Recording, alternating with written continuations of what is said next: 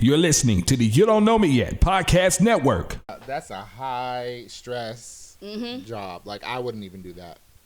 I wouldn't do it. Mm-mm. And also, like, there's nothing wrong with knowing what you can and cannot handle. Right. Don't let these people at these places that are terrible, like, y'all know I used to work in prison, they would try to shame people for not being able to handle the environment.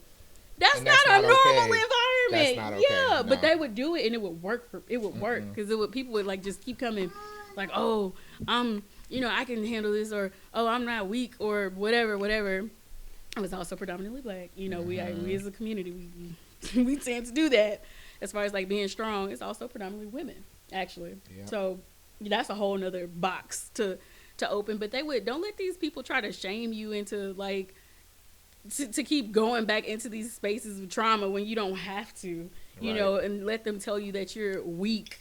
They weak for staying. Like, okay. let's okay. I'm just saying. But anyway, it's a strength to admit weakness. Mm-hmm. Like, it is completely okay because we all have weaknesses. We all have blind spots. We all are human, right? So, and we I think last week we kind of talked. Not last week before last.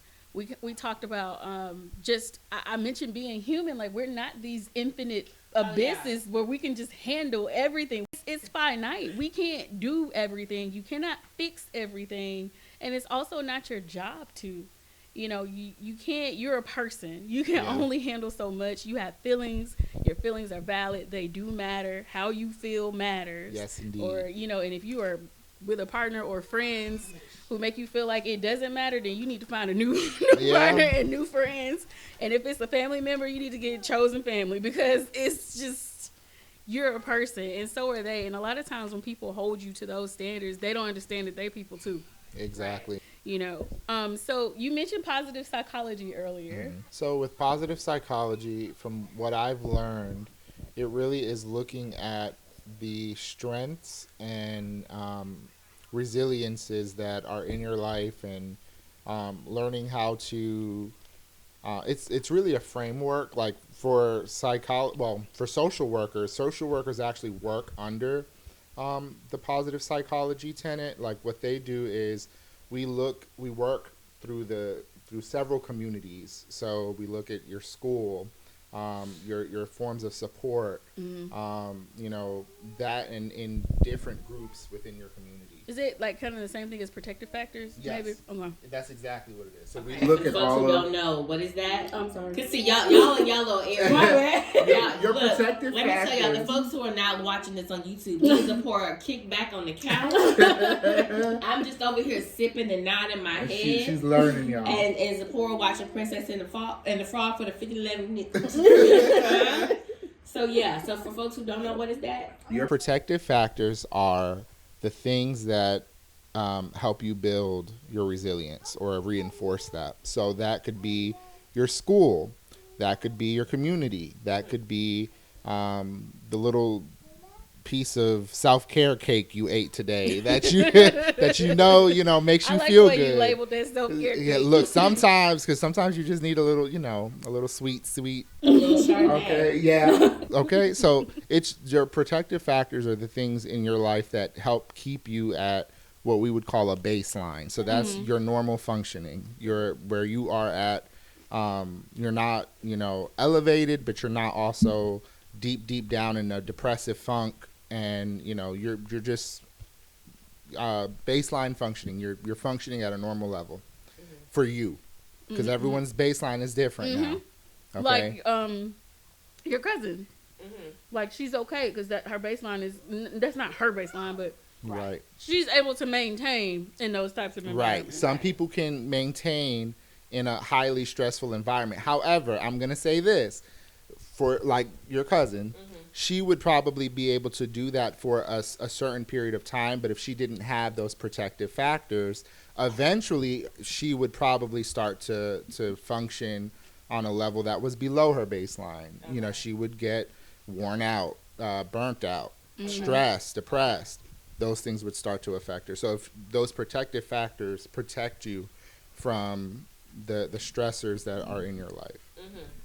If someone feels like they don't have any protective factors, how do they go about getting them? Or is that something that maybe some environmental changes? And so from a positive psychology perspective, everyone does have a protective factor. At least one. It's at least one. It's looking at the things in your life from a positive perspective. And it's not toxic positivity now where we think that everything is positive. That's a discussion. Right.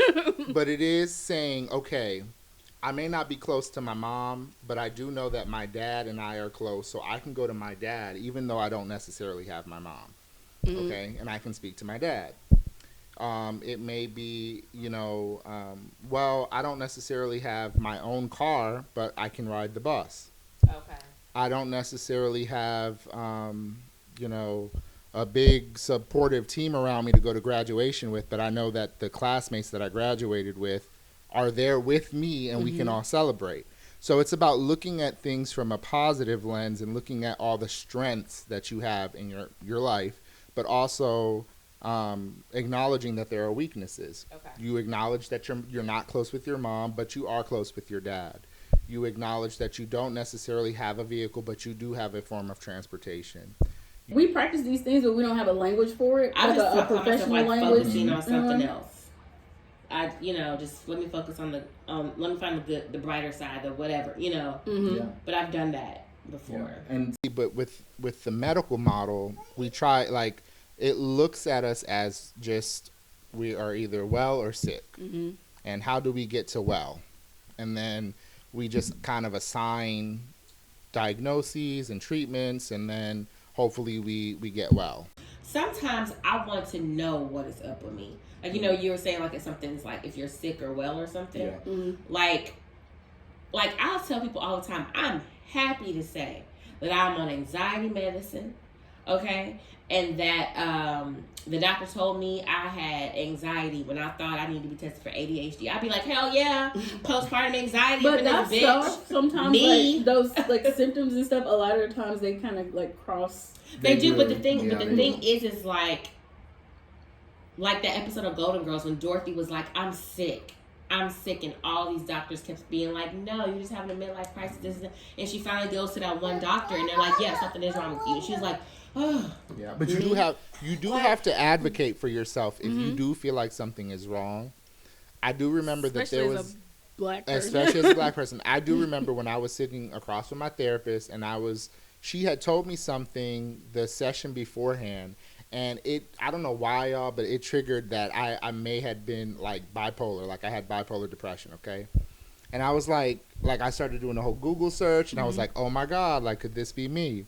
So when I went in for my next session, I opened up to her, and I was like, well, do you think that maybe, I have bipolar? And she was like, well, do you want to have bipolar? Because don't do that, girl. Yeah, no.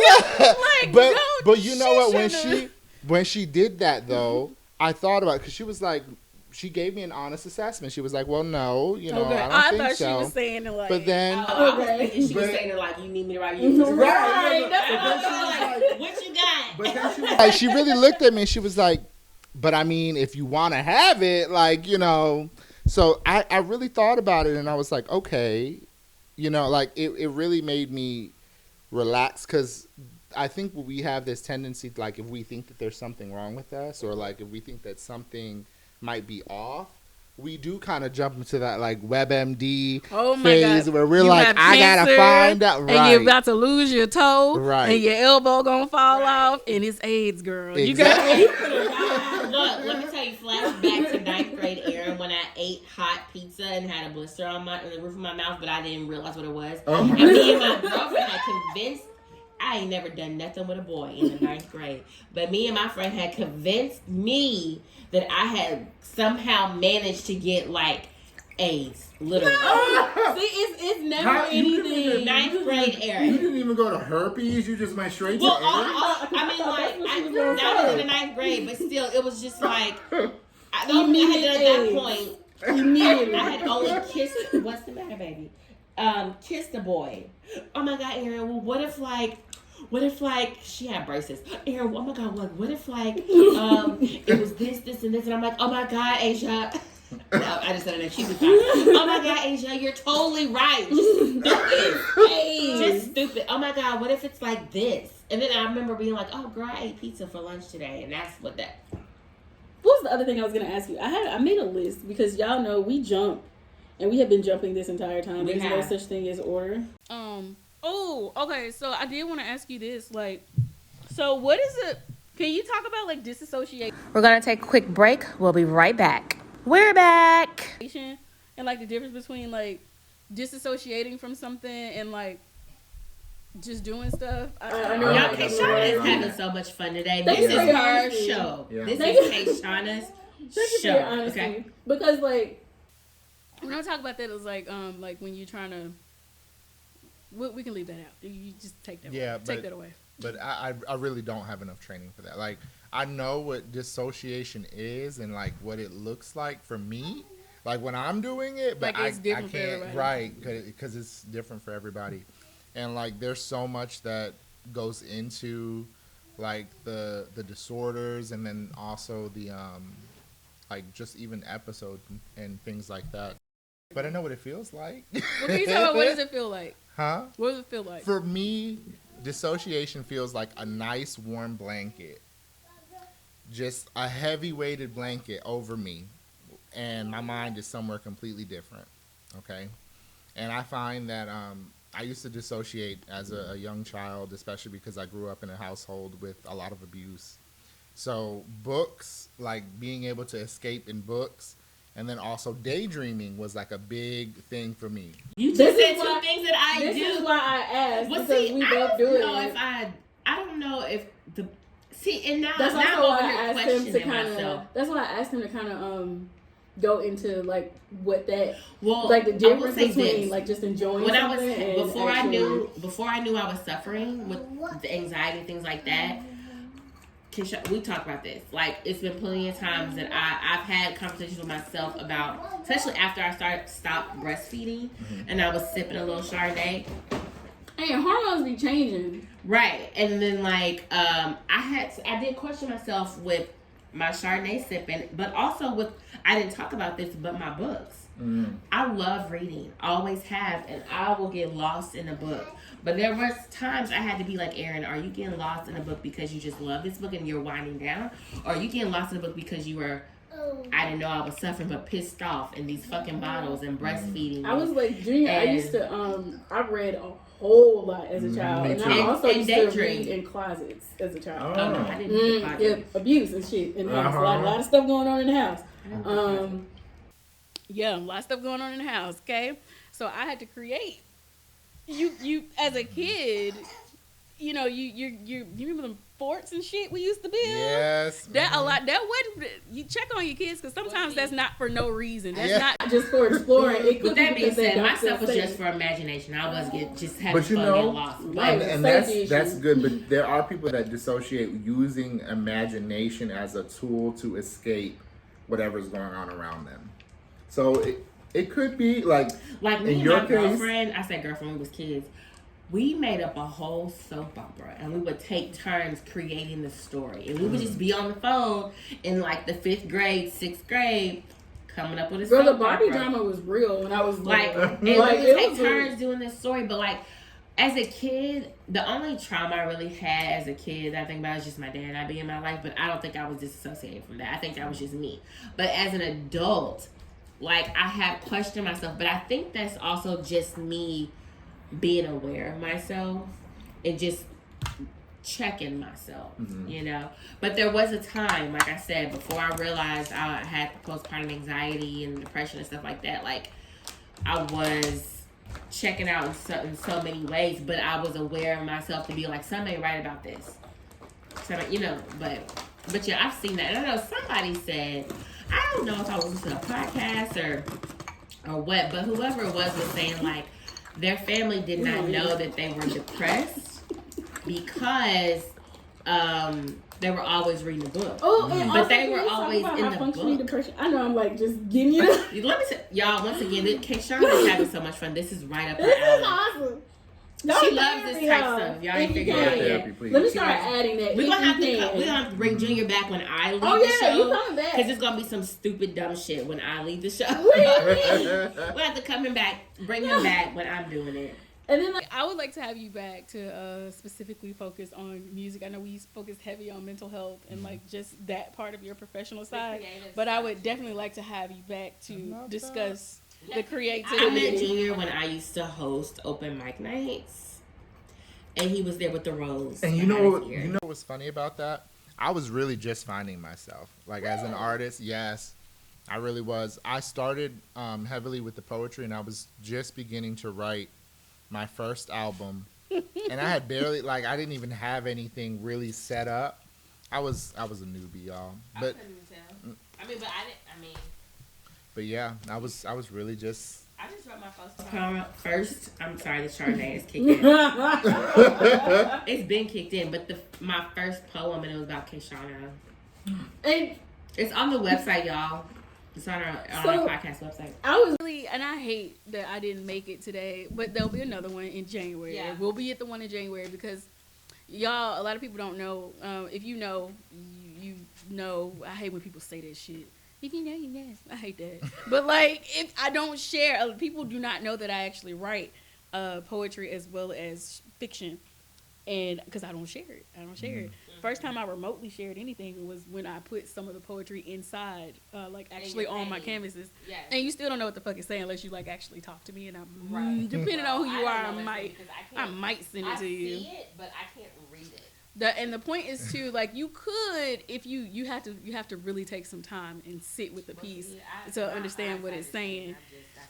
But that was, I really wanted to go because I never share, my stuff with people like that. I've only shared it with at least my fiction, like with my brother and one other friend. Nobody has ever really seen anything else. I started writing this series when I was, again, I keep saying, when I was working in prison. At least I've got out of saying when I was in jail, because that's not accurate. But she was in jail, y'all. But I was, though. But I used to always refer to my time at the strip club as when I worked at the strip club. But I worked I was in the strip club, but I was at the door. You was in there. What's I've never watched it, but I heard some good things about that show. P Valley. What's the name of the club? The Pink. You worked at the Pink. I worked at Onyx, but yeah. The Pink. Yeah.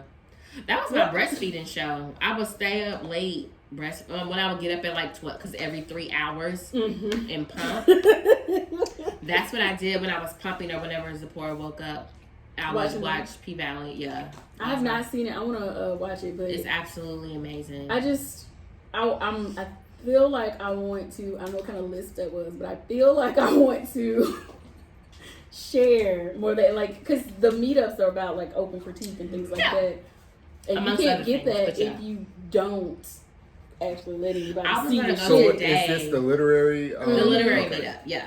See, Junior was at the Fiber Arts meetup the other day, but I was super pumped about going to the literary meetup today. Yeah, because like, I just decided to do something with what I'm feeling, and I want to put it out artistically and things like that. And I just decided I was going to do it. And so, like, I was like, yeah, hell yeah, I'm going to go up another day. And I'm going to be like, boom. And also, y'all, we might have some I'm going to do some theater. Some secret writers or whatever. Share it when you're ready. But, just when you're ready. And also, sharing doesn't always have to look like what you think it looks like. Because, like, the first time I shared it was on Canvas. It wasn't me going to an open mic and reading it out loud. And I probably will never ever do that. And that's okay. Sharing the way you feel opposed to somebody reading your stuff, but them not telling the public that it's your stuff? No, they can tell them that it's mine. I'm just not going to read it. Oh, because I'll totally read your stuff. Like, I'm not reading it. I'll do it. Like, I'm not for that type of stuff. No. Okay, so last words and thoughts. I'm gonna start. I think it's bullshit. You talked about that is people in legislation making rules and regulations about my uterus, and I don't appreciate that shit. That's what I'm gonna say. I don't like that shit. And when I've come to a place of calmness and peace and where I can talk about this on camera publicly and not just with my friends, because with my friends I'm going off. But when I love how the Brooklyn just came out. You heard that, right? No reason. Why? You just can't, you know. But when I'm in a place of calmness and peace, I can really put this out there. But like, I just feel like it's bullshit. I don't like that. Sometimes it sucks being a woman. I love being a woman. But then other times it's like, I hate fucking being a woman. I want to be a man. Because when I'm a man, I ain't got to deal with none of y'all. The shit that fuck comes y'all. with it sometimes. You know what I'm saying? Mm-hmm. You know what I'm saying? But that's my last words. Crafty Mother Lovers is up on Etsy.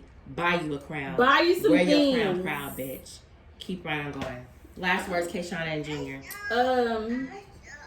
We're going to take a quick break. We'll be right back. We're back. Y'all, we still don't have no emails from y'all. So, like, I'm just saying. If y'all don't write K'Shana a goddamn email and ask her a question, you know she's all on her psychology type shit. K'Shana gives really good insight because I come to her all the time on some bullshit. It's not professional. Okay? It's not professional, but it's homegirl. But it's girlfriend. It's not professional, but it's girlfriend, okay? And it is influenced by some vegan food.